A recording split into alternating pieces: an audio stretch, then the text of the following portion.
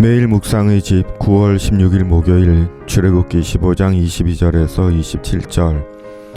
본격적인 출애굽 여정이 시작되었습니다.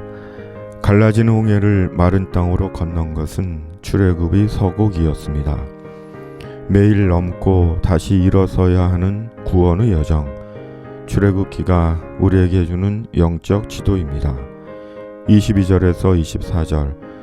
모세가 홍해에서 이스라엘을 인도하며 그들이 나와서 수르 광야로 들어가서 거기서 사흘 길을 걸었으나 물을 얻지 못하고 마라에 이르렀더니 그곳 물이 써서 마시지 못하겠으므로 그 이름을 마라라 하였더라. 백성이 모세에게 원망하여 이르되 우리가 무엇을 마실까 하매 수르는 오늘날 이집트의 시나이 반도 북쪽에 위치한 광야로 출애굽한 이스라엘이 홍해를 건넌 후 첫 번째로 만난 광야입니다. 이스라엘은 그 수르 광야를 3일간 걸었습니다. 그런데 물을 얻지 못했습니다. 그리고 마라에 이르렀을 때 마침내 물을 발견한 것입니다. 그런데 물이 써서 마실 수가 없었습니다. 그러자 드디어 참고 있던 원망이 모세를 향해 터진 것입니다. 25, 26절.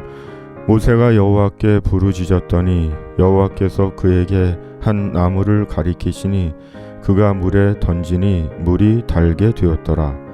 거기서 여호와께서 그들을 위하여 법도와 율례를 정하시고 그들을 시험하실세 이르시되 너희가 너희 하나님 나 여호와의 말을 들어 순종하고 내가 보기에 의를 행하며 내 계명에 귀를 기울이며 내 모든 규례를 지키면 내가 애굽 사람에게 내린 모든 질병 중 하나도 너희에게 내리지 아니하리니 나는 너희를 치료하는 여호와임이라.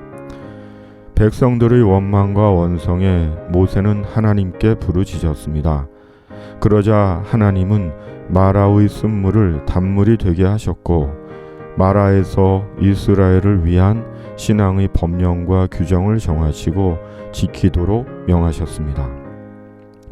사람이 만일 3일 동안 물을 마시지 못한다면 극심한 고통에 시달릴 것입니다. 가만히 있으며 물조차 안 마시는 3일 금식을 하는 것도 힘들고 위험한 일인데 거칠고 뜨거운 광야를 걸으며 3일간 물을 마시지 못한다면 참으로 견디기 힘들 것이며 탈진하고 죽을 수도 있을 것입니다. 그러기에 실은 이스라엘은 잘 참고 견딘 것이었고 출애굽의 지도자 모세에 대한 이스라엘의 원망은 당연한 것이었는지도 모릅니다. 더욱이 겨우 발견한 물마저 마실 수 없다는데 더 화가 났을지도 모릅니다. 사람이 원망하고 불평하게 되는 것은 무엇 때문일까요? 지금도 여전히 마음 일그러지는 가인이 되는 것은 왜일까요? 필요와 요구가 채워지지 않기 때문입니다. 부족과 결핍 때문입니다. 이스라엘의 원망에 모세는 즉시 이스라엘의 현실적인 문제를 하나님께 들고 갔습니다. 그러자 하나님은 이스라엘의 목마름을 즉시 해결해 주셨고 이스라엘을 위하여 신앙의 법과 규정을 제정해 주셨습니다.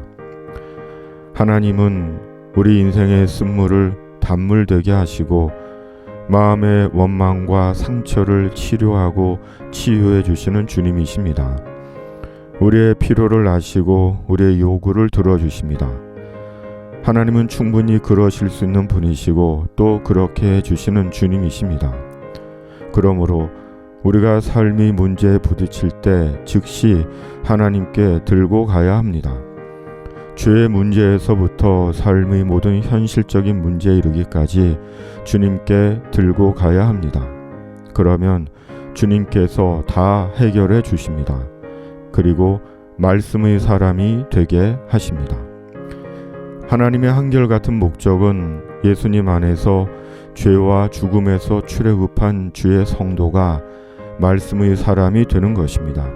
왜냐하면 말씀은 살아있고 힘이 있어 광야 같은 세상을 살아가는 성도들의 힘이며 응답이며 믿음의 길을 지도하는 나침판과 같은 말씀이기 때문입니다. 어떤 상황에도 영혼과 인생이 메마르지 않게 하는 말씀이기 때문입니다. 27절 그들이 엘림에 이르니 거기에 물샘 12과 종려나무 70그루가 있는지라 거기서 그들이 그 물 곁에 장막을 치니라. 주님, 저희가 예수님 안에서 출애굽한 주의 성도로 언제나 말씀의 사람이 되게 하여 주시옵소서. 주의 약속과 능력의 말씀이 저희의 단물과 엘림이 되게 하여 주시옵소서. 코로나19를 종식시켜 주시고 집에 있는 교회 매일 묵상의 집이 말씀의 집이 되게 하여 주시옵소서. 예수님의 이름으로 기도드립니다. 아멘.